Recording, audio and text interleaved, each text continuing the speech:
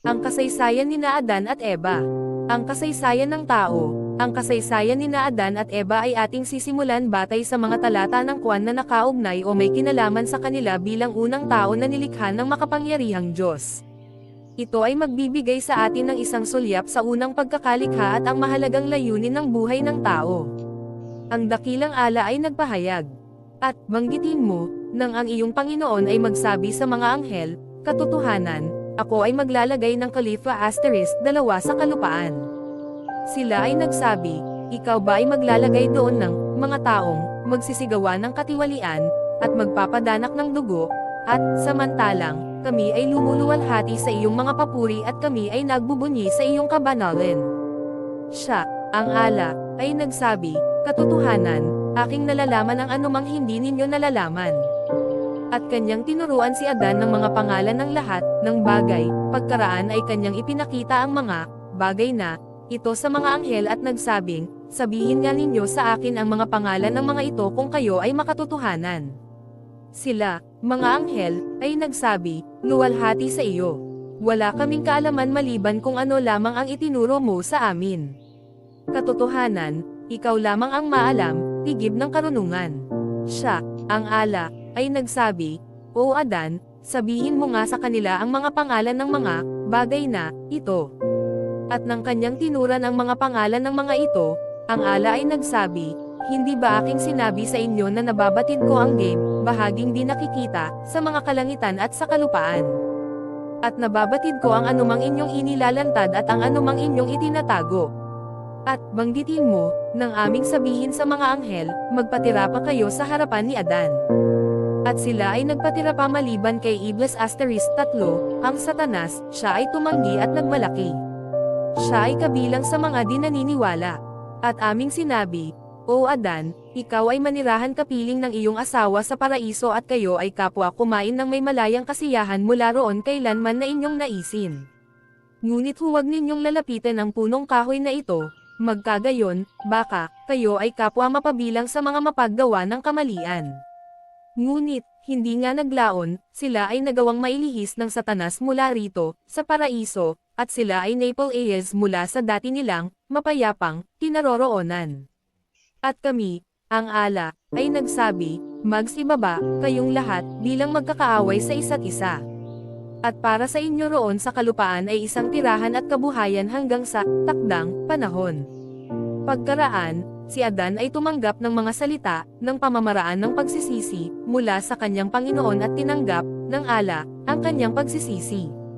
Katotohanan, siya ang tumatanggap ng pagsisisi, ang maawin. Kami, ang ala, ay nagsabi, magsibaba kayong lahat mula rito, sa paraiso. Kaya, kailanmat dumating sa inyo ang patnubay mula sa akin, at, sino man ang sumunod sa aking patnubay, sa makatwid sa kanila ay walang pangamba, at sila ay walang, madaramang, kalungkutan. Subalit, yaong mga di naniwala at nagtakwil sa aming mga aya at kapahayagan, sila yaong mga maninirahan sa apoy, ng impyerno. Sila ay mamamalagi roon ng walang hanggan. Kwan 2:39.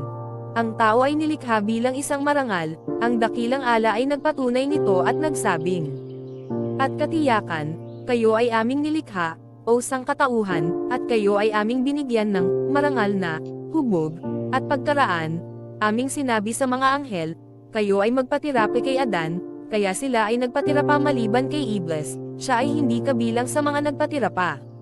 Ang ala ay nagsabi, ano ang pumihil sa iyo, O Iblis, mula sa pagpapatira pa ng ikaw ay aking pagutusan? Siya ay sumagot, ako ay nakahihigit sa kanya, kay Adan, ako ay nilikha mo mula sa apoy, samantalang siya ay nilikha mo mula sa putik, lupa. Ang ala ay nagsabi, O Iblis, ikaw ay bumaba mula rito, sa paraiso, sapagkat hindi marapat para sa iyo na ikaw ay maging mapagmalaki rito. Kaya, ikaw ay lumayas, tunay na ikaw ay kabilang sa mga kabaaba.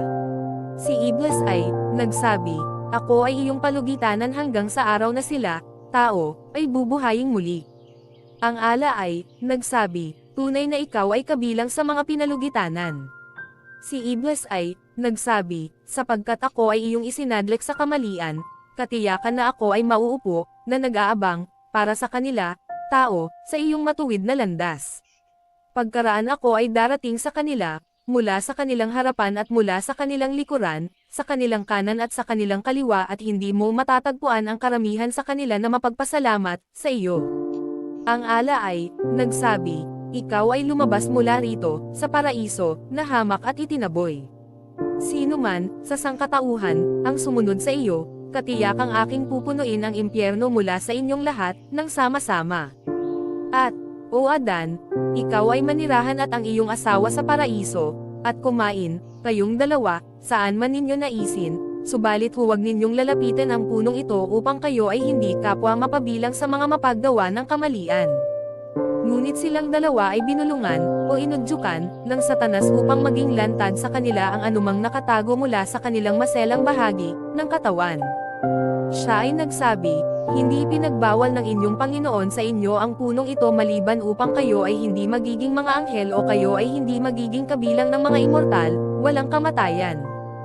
At siya, ang Satanas, ay sumumpa, sa ngalan ng ala, sa kanila, at nagsabing, katotohanan ako, sa inyong dalawa, ay kabilang sa mga tapat na tagapayo. Sa gayon, sila, Adan at Eva, ay kanyang nagawang ihulog, sa pagkakasala, sa pamamagitan ng panlilinlang. Kaya nang kanilang matikman ang bunga ng puno, nalantad sa kanilang dalawa ang kanilang maselang bahagi, at sila ay nagsimulang magtakip ng kanilang mga sarili mula sa mga dahon ng paraiso. At sila ay tinawagan ng kanilang Panginoon, hindi ba kayo ay aking pinagbawalang, lumapit, sa punong iyan at sinabi sa inyo na ang Satanas ay inyong hayag na kaaway? Sila ay nagsabi, O aming Panginoon, kami po ay nagkamali sa aming mga sarili. At kung kami ay hindi mo po patatawarin at hindi mo po kahahabagan, katiyakan na kami ay mapabibilang sa mga nawalan, o mga talunan. Ang ala ay, nagsabi, magsibaba kayo, na magkakaaway sa isa't isa. At para sa inyo sa kalupaan ay isang puok ng paninirahan at kasiyahan hanggang sa takdang panahon, ng kamatayan. Ang ala ay, nagsabi, doon, sa lupa, kayo ay mamumuhay, at doon, din, kayo mamamatay, at mula roon, sa lupang iyon, kayo ay ilalabas, upang buhayin muli. Juan 11 minuto pasado alas 7:25. Nang magpasya ang dakilang ala na likhain si Adan, ito ay kanyang sinabi sa kanyang mga anghel at sila ay kanyang inutusang magpatira pa sa harap ni Adan. Ang ala ay hindi nagtanong sa kanila kung ano ang kanilang inaakala sapagkat siya ay nakahihigit sa kapangyarihan at may ganap na kakayahan. Sinabi ng ala sa kanila na siya ay lilikha ng isang tagapamahala, tagapangasiwa, sa mundo na magkakaroon ng mga lahi, mga anak, at mga apo, at ang mga iba sa kanila ay gagawa ng katiwalian sa balat ng lupa at magpapadanak ng dugo. Kaya ang mga anghel ay nagsabi sa dakilang ala, ikaw ba ay maglalagay doon ng mga taong magsisigawan ng katiwalian, at magpapadanak ng dugo? Juan alas 12:30. Mayroong mga lumang kasabihan tungkol sa mga anghel bago likhain si Adan. Ayon kay Ivan Katada, ipinagbigay alam ng mga jinn sa mga anghel ang tungkol sa paglikha kay Adan at sa kanyang magiging mga anak. Si Abdullah Ibn Umar ay nagsabi na ang mga jinn ay nilikha ng ala 2,000 taon bago likhain si Adan at sila ay naging tiwali rin at naging masama at nagpadanak ng dugo. Kaya, sila ay itinaboy ng mga anghel patungo sa kailaliman ng dagat. Si Ibn Abi Hatim ay nagsalaysay na ipinagbigay alam sa mga anghel na ang tao ay magdudulot ng mga kasamaan at magpapadanak ng dugo sa kalupaan.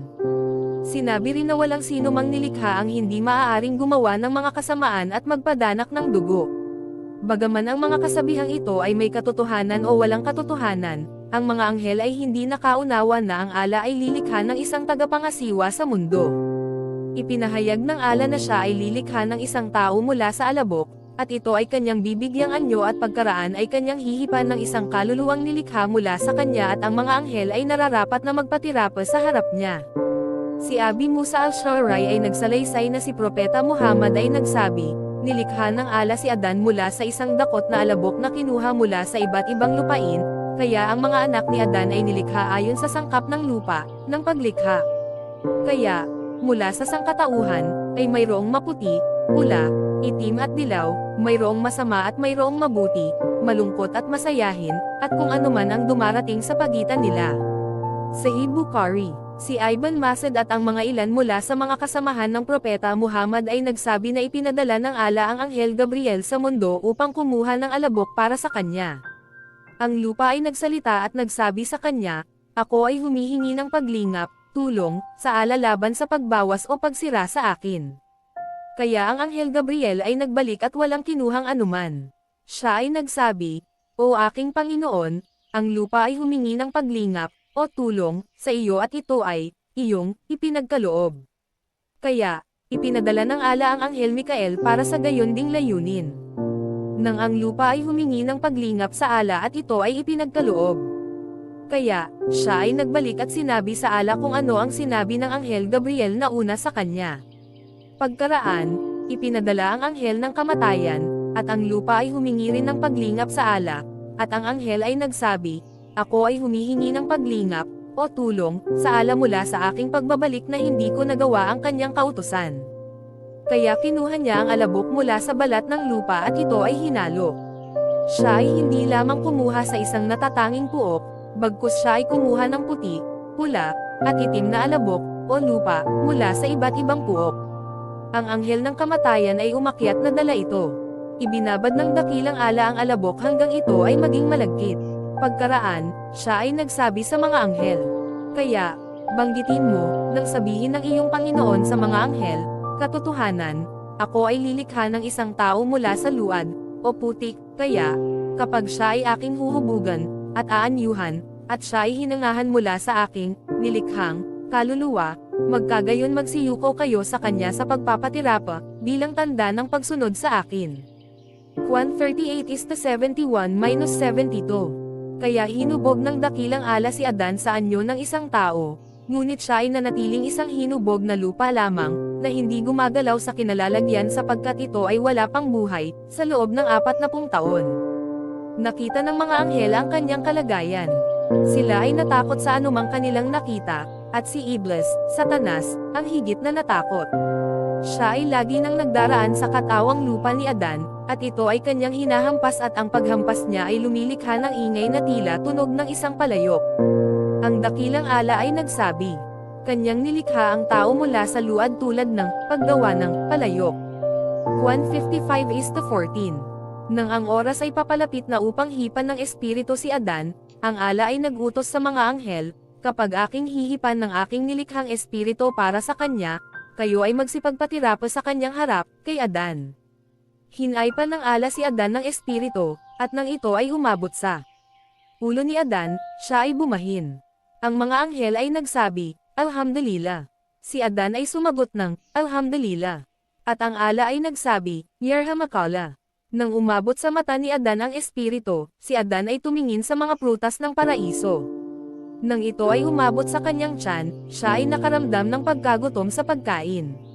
Siya ay mabilis na lumundag bago pa umabot ang espiritu sa kanyang mga paa upang siya ay makakain mula sa mga prutas ng paraiso. Ang makapangyarihan at dakilang ala ay nagpatunay nito at nagsabing, ang tao ay nilikha ng nagmamadali o padalos-dalos. 121:37.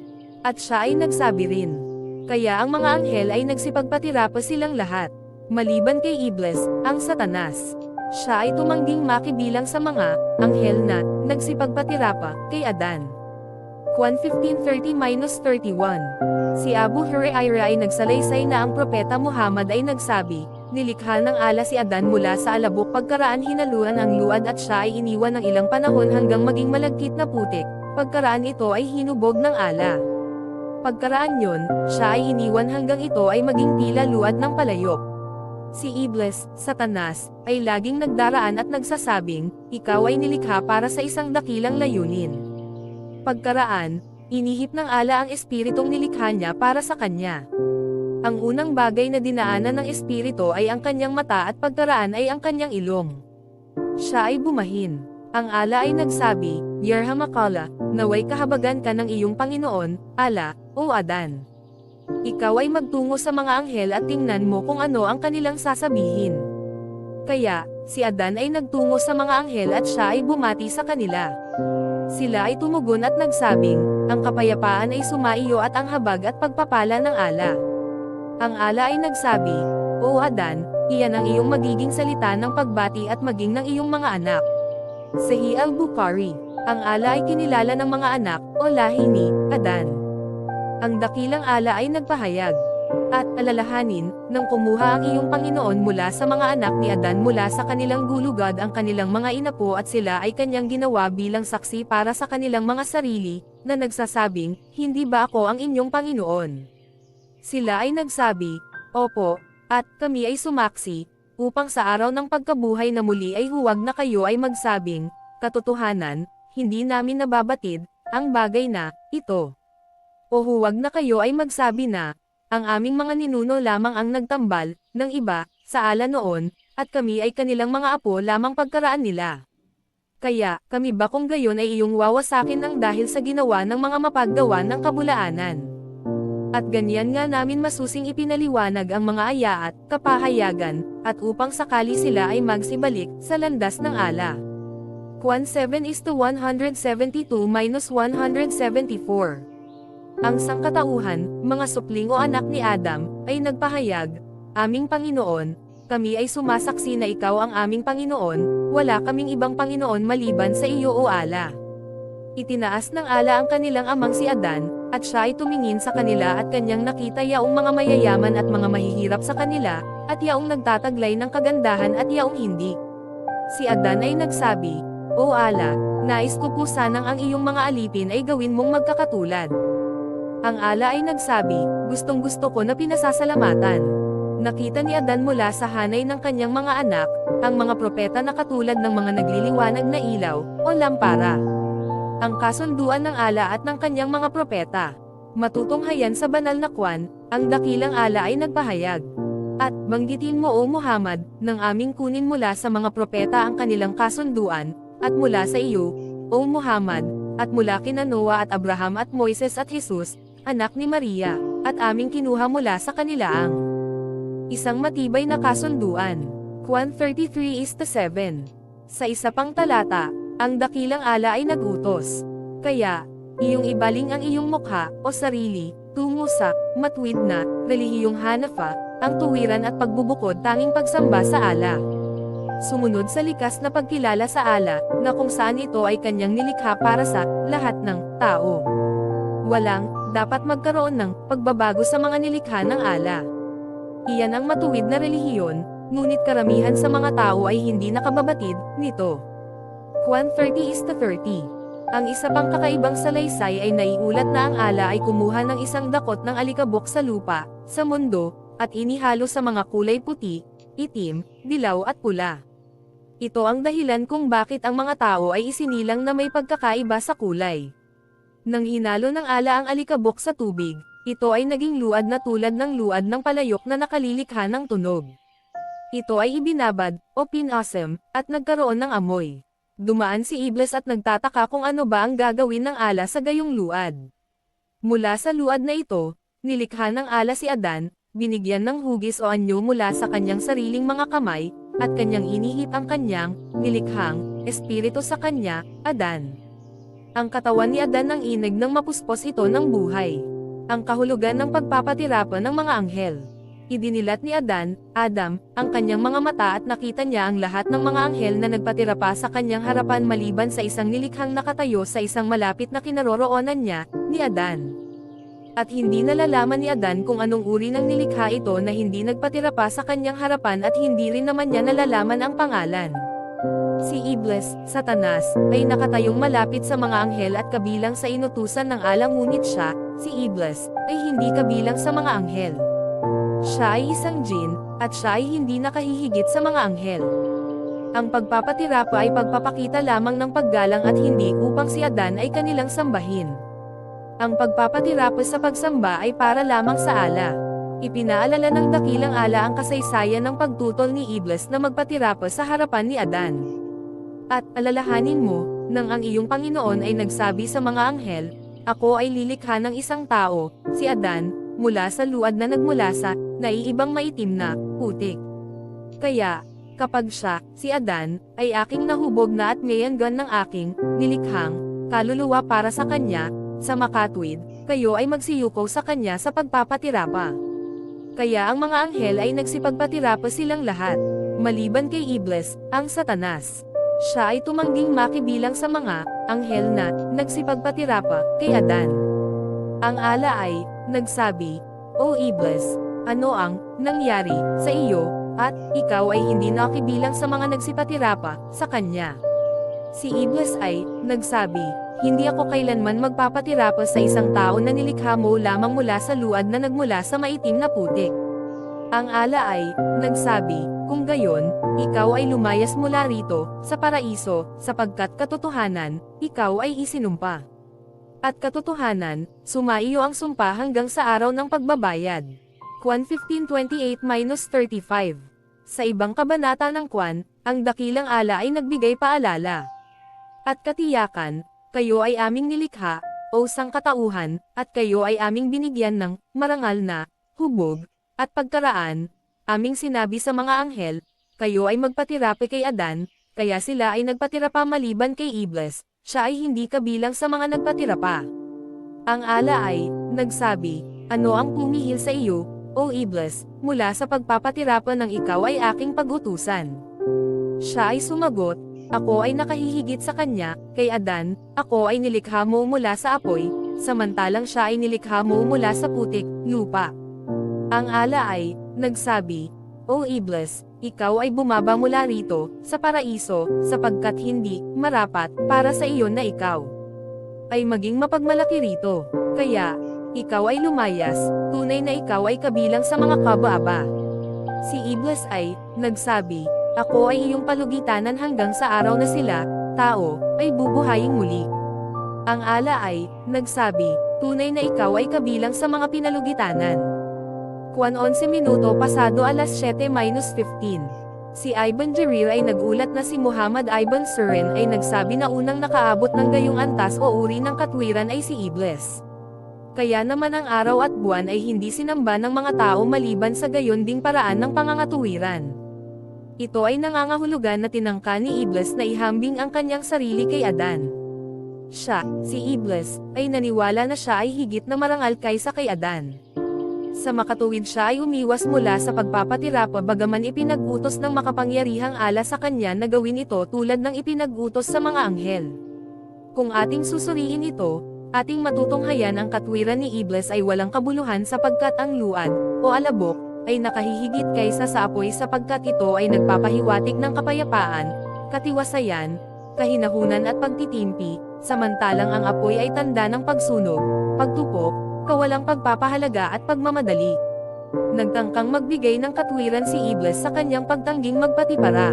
At banggitin, nang aming sabihin sa mga anghel, magpatira pa kayo kay Adan. At sila ay nagsipatira pa maliban kay Iblis, ang Satanas. Siya ay nagsabi, "Dapat ba akong magpatira pa sa isang nilikha mo lamang mula sa putik?" Si Iblis ay nagsabi, "Nakikita mo ba ang isang ito na iyong pinarangalan ng higit sa akin? Kung iyong ipagpaliban ang aking kamatayan hanggang sa araw ng pagkabuhay na muli, katiyakan na aking wawasakin ang kanyang mga inapo, lahi, maliban sa mandilan nilang matapat sa iyo." Juan 17:62. Pinagmasdan ni Adan kung ano ang nagaganap sa kanyang paligid at siya ay nagtataglay ng damdamin ng pagmamahal at pagkamangha. At siya ay may malalim na pagmamahal sa ala sapagkat ang ala ang siyang lumikha at nagbigay ng karangalan sa kanya nang siya na nagutos sa mga anghel na sila ay magpatira pa sa kanyang harapan. Siya, si Adan, ay namangha sa natunghayang galit ng ala ng kanyang alisin si Iblis mula sa kanyang habag sanhi ng pagtutol nitong magpatira pa. Si Adan ay nagtaka sa nilikhang ito, si Iblis, kung bakit namumuhi sa kanya samantalang hindi niya ito nakikilala.